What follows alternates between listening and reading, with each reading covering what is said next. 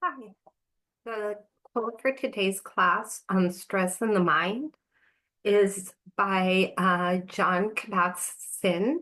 And if you were in last class, we talked about how he is considered the father of mindfulness in the West, which is not that he created it. He brought Eastern traditions and kind of packaged it in a way where it didn't have the religious connotations that and took out some of the Buddhist practices and Indian practices that had been used for thousands of years and packages of mindfulness.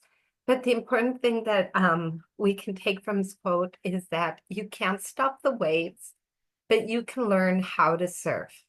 And so I think that could be the theme of our class, that when we're never going to stop stress, but we can learn how to manage stress. And that's why we're here. So we are going to work today on our topic is stress in the mind. And I think it's important. We've talked about how stress is felt in the body.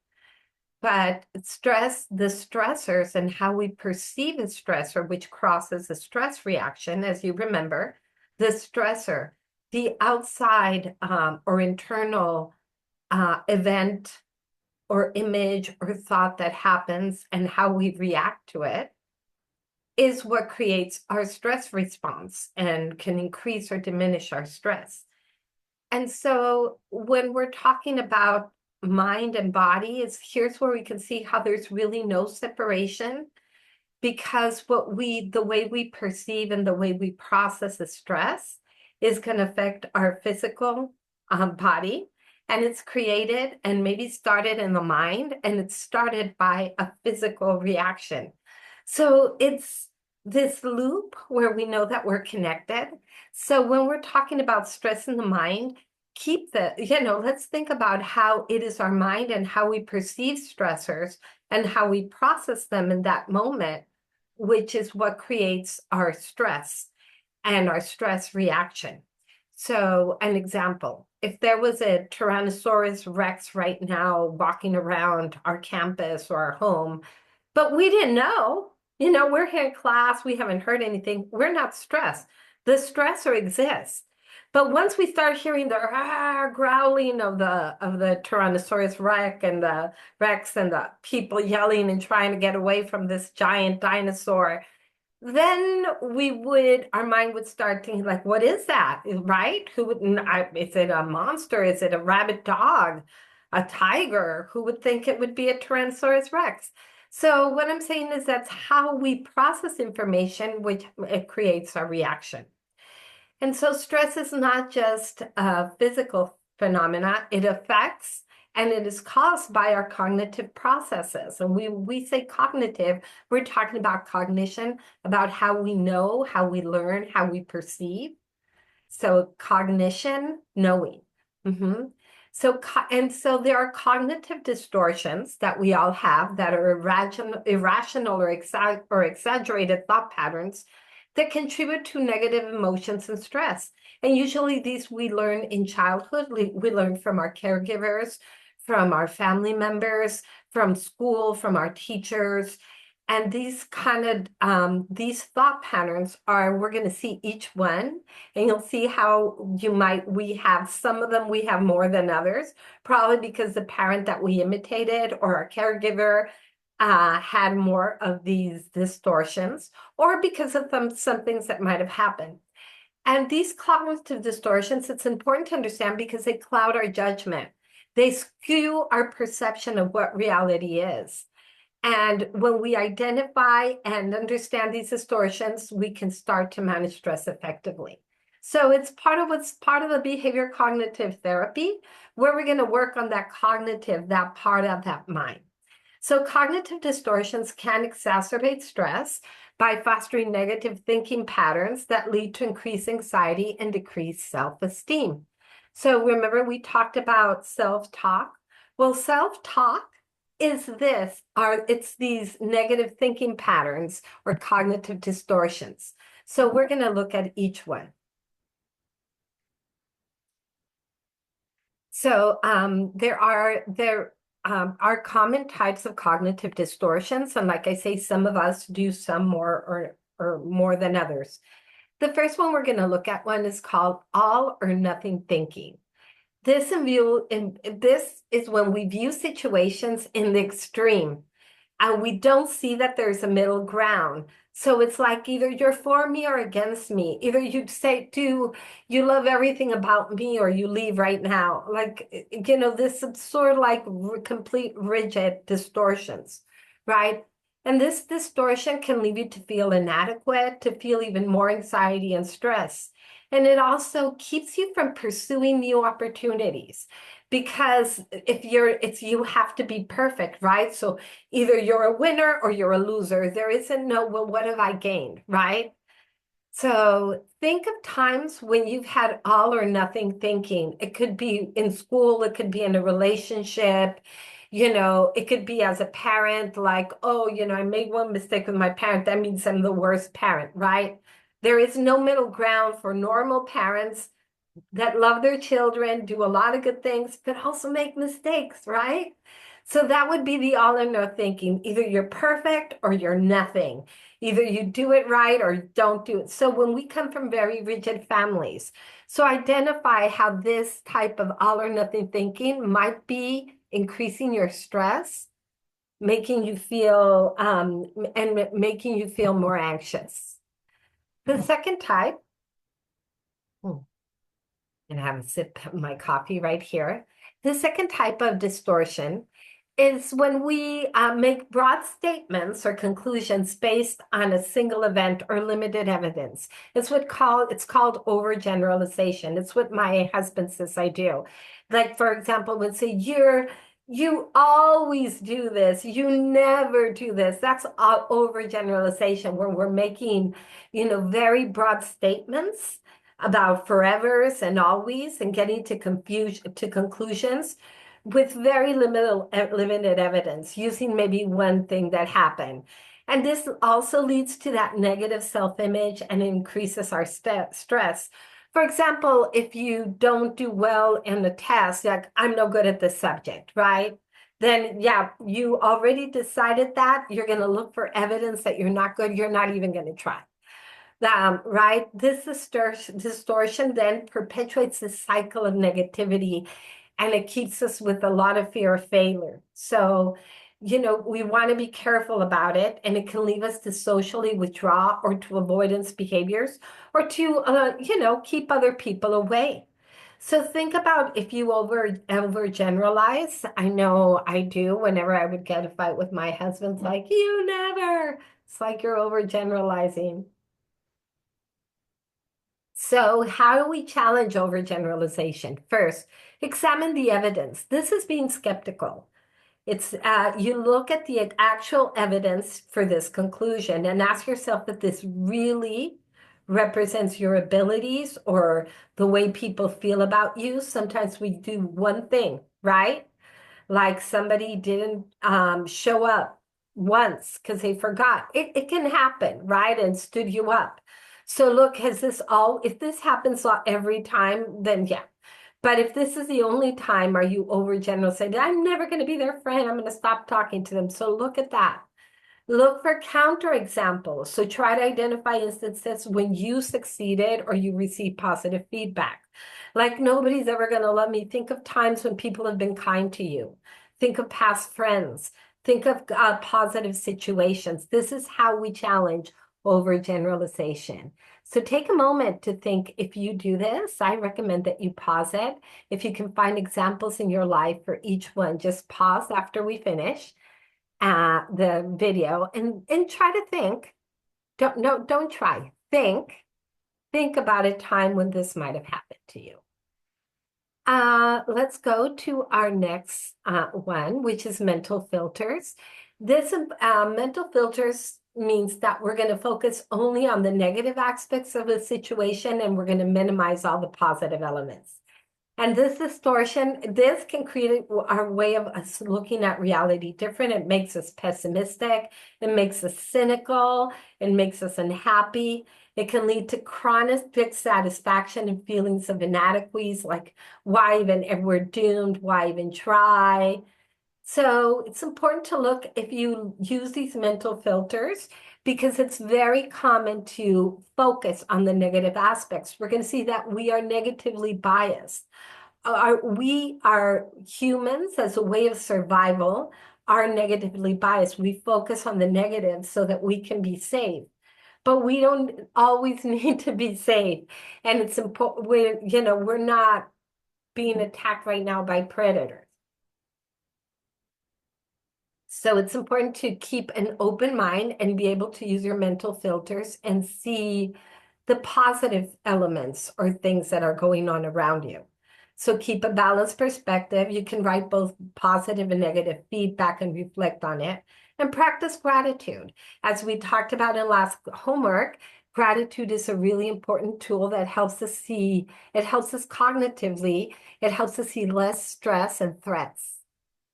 So the next mental cognitive cognitive issue it's called disqualifying the positive, which is kind of this what he said. First, sometimes we don't even see it, right? And other times, even if we see it, we dismiss it. We believe like, oh, they don't count. Like, oh, oh, my husband says I'm beautiful. It's because, we're married, right? That doesn't count. He has to say it. And we do things like that when we discount, like my students gave me a good evaluation. Oh, well, they were probably in a good mood that day, right? Instead of thinking, well, I put a lot of work in my class. I really care about my students. I'm glad that they appreciate it. It makes me feel good. So it's important to understand that we tend to disqualify the positive to reinforce negative self-perceptions. So just think about like when somebody gives you a compliment, you say they're just being nice, or it doesn't matter because I still made a mistake. So this really erodes our self-esteem. And the way to challenge it is to acknowledge our achievements, to keep a journal of your success and the positive things that you've done. It's really important. Write it, hide it where nobody can see it. I know we have to be humble, but it's important, and to reframe your thoughts. Because when you accept a compliment, accept them, express gratitude, and maybe write them down if you can. So take a moment, pause, and think, are there moments when you disqualify the positive? When somebody congratulates you or you do something well, you're like, for a paper, a test, and you disqualify it. Oh, the teacher probably gave the same feedback to everybody. Probably not. Okay, so let's pause that and go to the next one. The next cognitive distortion is called jumping to conclusions. I think it's very common.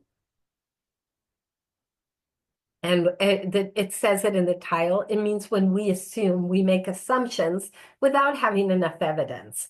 And, this can manifest like you expect the other person to read your mind, or fortune telling, like you can predict negative outcomes when you really can't. Like you might assume, like if a friend doesn't show up, you might assume that they are mad, and maybe they were just late because there was an accident, or maybe if they're quiet one day, it might be that they have issues that they're dealing with, right? So when we jump to conclusions, this can lead to misunderstanding and conflict in relationships. And it can create also an unnecessary anxiety for the future because we're always remember, we're negatively biased. So we usually jump to negative conclusions. And so this causes more anxiety and more stress. So seek clarification, ask questions instead of making assumptions, and evaluate the evidence. How likely are your predictions true? How likely when you say, I don't want to go here, it's going to be horrible, my anxiety, have you done it? And you realize, oh, it wasn't that bad. So look at that evidence, and that's how we challenge it, because jumping to conclusions is going to lead us to increase stress and negativity. Another thing to do, which my family favorite from my family, my parents and my siblings, is catastrophizing. Catastrophizing involves imagining the worst possible outcome and exaggerating the worst outcomes, right? Like, oh, I'm going to be 5 minutes late to the office. I'm going to be fired, and then I'm going to end up living on the streets, and they'll take my kids away, and I'll have to go from shelter to shelter. You go from 5 minutes late to maybe that won't have any consequences to living on the street. That is catastrophizing, right? Oh, I have a little twinge in my stomach. Maybe I ate too much, but I probably have cancer. I'm gonna die. So this creates also always this impending sense of doom. It really increases stress level, leads to heightened anxiety, and may make you feel all the time overwhelmed. And it can also lead you to feel helpless, paralyzed and helpless, like there's nothing you can do. So if you engage in catastrophizing, like, oh, I'm going to fail this class and then I'm going to lose my scholarship and my financial aid and my parents are going to kick me out and everybody will think I'm a failure and I'm going to end up, living alone in a tent in the forest. If you are like that, you know, think about situations when you do this and challenge it. Ask yourself, what are the consequences? And try to use a more balanced approach and use evidence from what has happened before. Another way that we engage with cognitive distortions is emotional reasoning. And if it believes that your emotions reflect reality. And so when you feel anxious or inadequate, you may assume that these feelings mean you're actually a reality. Like, for example, if I'm anxious before a test, I might assume it's because I didn't prepare enough. And maybe I did. So that's when emotional reasoning, it's when it's giving you a false view of reality. So it creates these negative emotions that cloud your judgment and can lead to avoidance behaviors. So you're nervous about the exam instead of saying to yourself, it's normal to feel nervous about an exam. I have studied and prepared. I'm good for the exam. I'm normal. It's nervous. I'm going to practice some breathing. Or I'm really nervous about the exam. Maybe I didn't study enough, so I'm going to do another review before I go to bed to make sure that I feel prepared. So those are ways that you can fight against this emotional reasoning that can come across as ruminating thoughts that won't go away and that keep you, with these worries. So that's pause it and think if you have that and how you can manage this. The next cognitive distortion is called should statements. That little nagging voice that we have inside that always wants to impose unrealistic demands on ourselves or on others. I think those people who do nothing, that we say, oh, they don't do anything, they don't even try. They hear this voice, but it's so loud that they just give up. Others, always are trying to meet this voice, but maybe it isn't as loud. So this should statements impose unrealistic standards and demands on ourselves. They make us feel guilty and they make us feel disappointed when we can't meet these difficult expectations. For example, when you think I should be able to handle this without being stressed, this can make you feel overwhelmed and bad because not only are you feeling stressed, but you shouldn't feel stressed, right? It makes you feel guilty. Or, I should always be a happy, cheerful mother and never, it's normal to feel tired and be in a bad mood and want to complain sometimes. So having those unrealistic expectations that good mothers never get tired, good mothers never get grumpy, that is not true. Those are unrealistic expectations and can increase our stress. Good students will never fail. That is not true. Good students are students that fail and get up again. They're the ones that try again, and this time, the second or third time, get it right. Should statements can also strain relationships and lead us to have unrealistic expectations of our partners too. So how do we challenge these should statements? If you have these a lot, especially if you come from Asian cultures or or a family culture that is very rigid with a lot of expectations. Immigrant families tend to be like this too. Think how you can replace the should with could. and reframe your statements to reflect the possibilities rather than obligations. I could take a break if I'm feeling overwhelmed instead of I should never have to, I should be able to handle this perfectly. Then set realistic goals, evaluate your expectations, and adjust them to be more attainable, recognizing that everybody has limits. And we'll talk about self-compassion and being more realistic to yourself too. So take a minute, pause, and then return to see if you have any of these cognitive distortions. So to tie up this class, or this class on the mind and cognitive distortions, understanding these common cognitive distortions is crucial for improving your mental health and for managing stress effectively. If you can at least identify them, they will have less power on you. By recognizing and challenging them and challenging these negative thought patterns, we can have a more balanced perspective, we can enhance self-compassion, and ultimately improve our well-being. And one thing that helps us notice this is mindfulness. That's where everything starts coming together. If I breathe, our breathing practices, and I practice mindfulness, I'm going to be more able, and I understand cognitive distortions, I'm going to be able to identify them in myself and to work on them. Some of you have disclosed that you go to therapy in this class. Well, this is something you can work on with your therapist. You'll be able to identify the patterns and then work on them with them so that you can change them and find strategies. For those of you who don't go to therapy, you can work on them yourselves by putting all of these practices together. So when you practice what's called cognitive restructuring, different ways of seeing yourself, perceiving yourself, and seeing the world, and you practice mindfulness, you can significantly impact how you respond to stress and challenges. And this will lead you to have healthier coping mechanisms and have a more fulfilling life. So thank you so much for watching this video.